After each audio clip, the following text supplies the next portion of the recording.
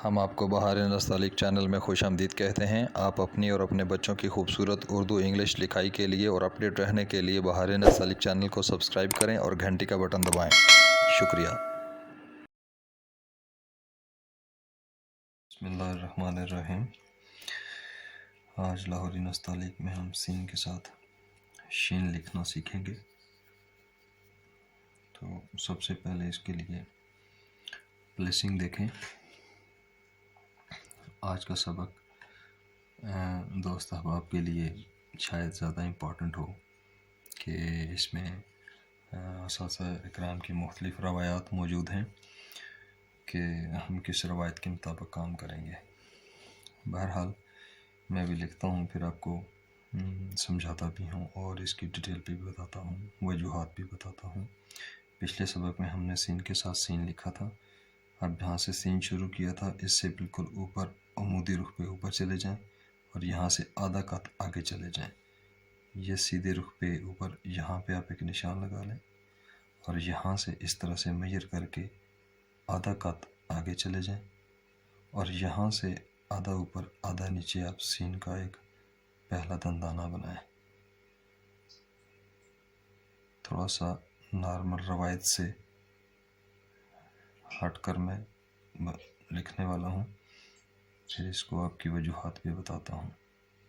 ये दूसरा दंदाना बनाएं, ये गहरा करें और यहाँ पे, और इसका ये दंदाना फिर नोक वाला बनाएं। हमने यहाँ पे शीन की कशिश खींचनी है।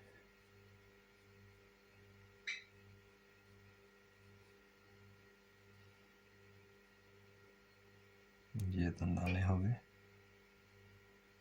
और यहाँ से भी हम शीन की कशिश खींचेंगे।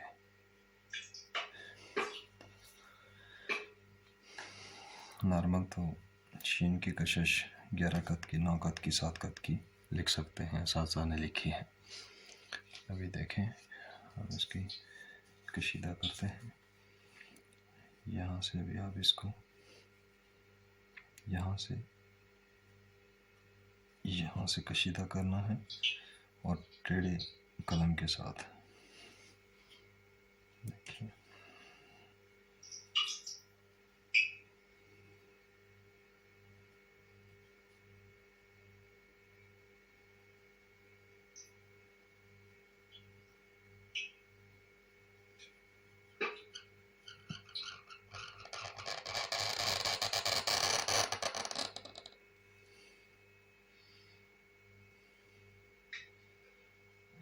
यहाँ से इसकी गोलाई ऐसी देकर ये कुर्सी की लाइन पर गिराएं।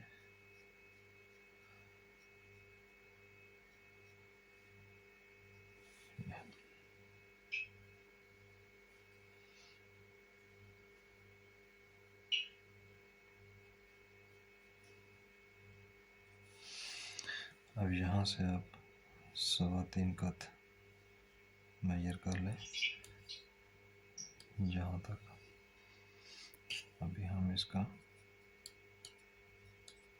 दायरा खींचेंगे। दायरा खींचते हैं, फिर मैं इसका मिज़ान लगाता हूँ। ये टेढ़ी कलम के साथ आप इसको नीचे लेकर आए, यहाँ से इसको और यहाँ से फिर इसका क्लोज करते हुए ये फिनिश कर दें।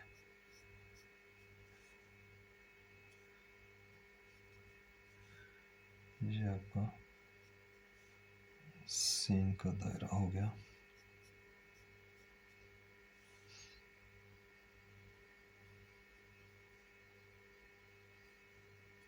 जी,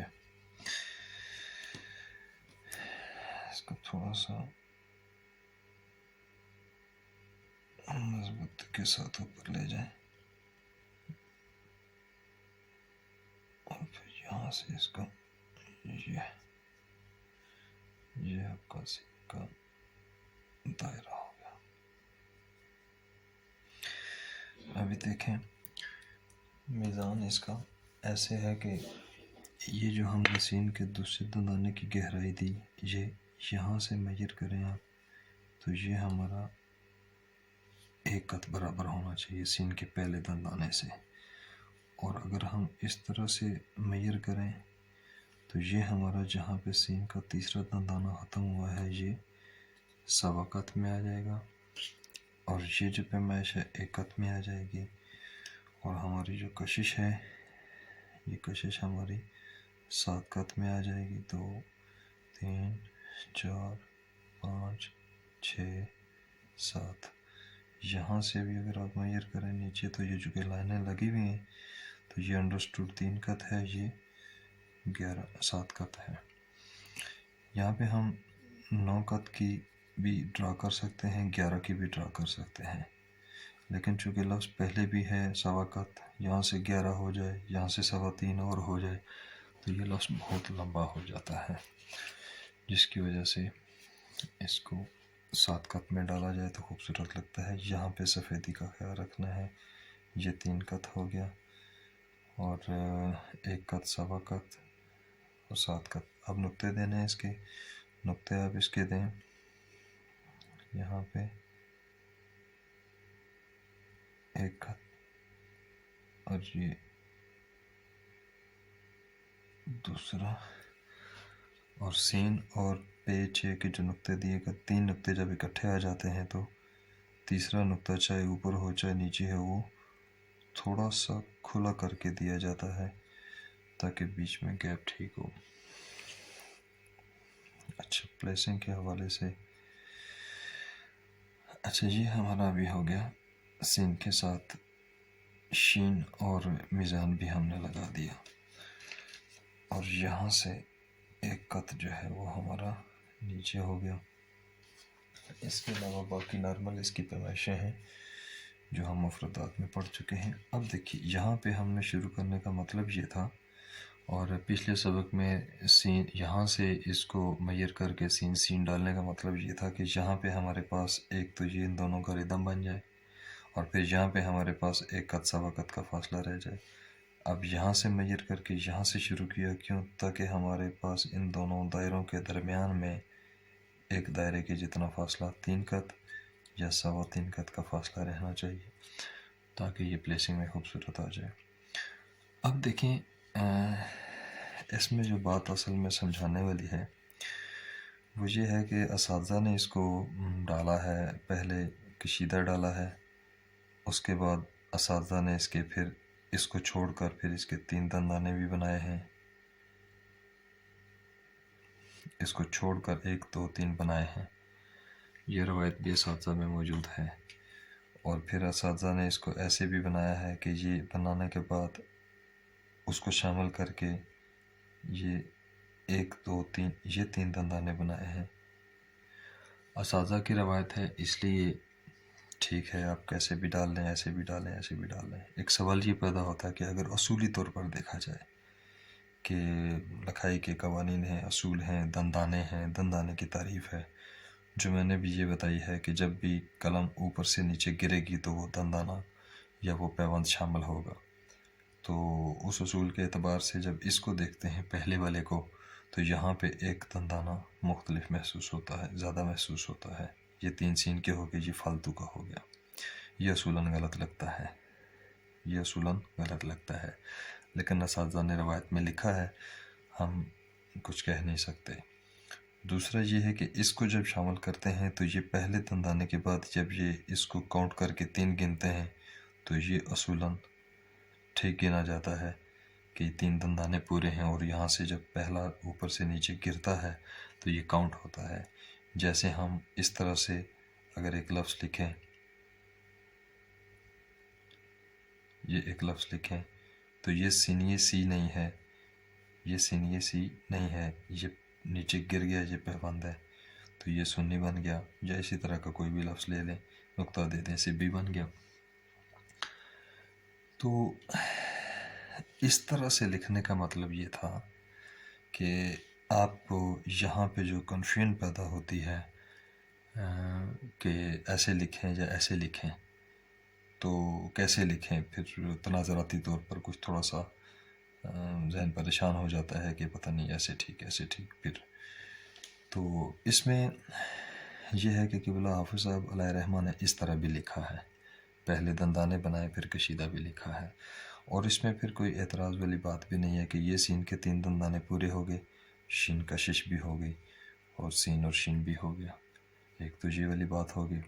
और दूसरी बात ये कि असूलन देखा जाए तो हम जितनी भी तख्तियाँ लिखते हैं, जितनी भी तख्तियाँ हमने लिखी हैं, उसमें हम पहले बे की तख्ती ले लें, बे की पहले शक्ल बनाते हैं फिर शीन खींचते हैं, ये है।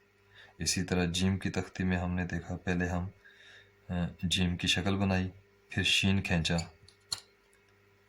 आखिरी तख्ती में चले जाएं तो हम हे बनाएंगे और हे के साथ शीन खींचते हैं, यानी सीन को छोटा लिखते हैं, शीन खींचते हैं। एन की तख्ती में जाएंगे तो एन की शक्ल बनाने के बाद शीन खींचेंगे।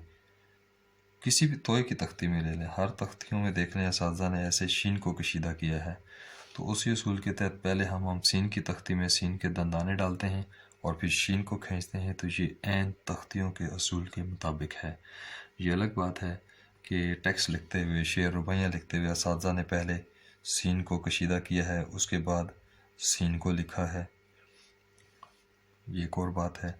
लेकिन तख्तियों में आकर जब हम असूलन, कानूनन और कायदे के लिहाज से देखते हैं तो हमें पहले सीन के दंदाने और फिर शीन की कशिश खींचे, तो ये एन असूल के मुताबिक भी है और इसमें कन्फ्यूजन भी नहीं है, परेशानी भी नहीं है कि दंदानों का मसला बन जाए। तो इस हवाले से अगर आप तख्तियों में इस तरह लिखें तो मैं इसको ज़्यादा प्रेफर करता हूँ। ये हमारा सीन के साथ शीन का सबक था, जिसको हमने अच्छे अंदाज में कुछ पढ़ने की, समझने की कोशिश की। अगर आपको हमारे इस असबाक से फ़ायदा हुआ हो तो आप हमारे चैनल बहार नस्ताली को सब्सक्राइब कर दें और घंटी का बटन भी दबाएं ताकि आपको हमारी सारी लेटेस्ट वीडियोस पहुंचती रहें।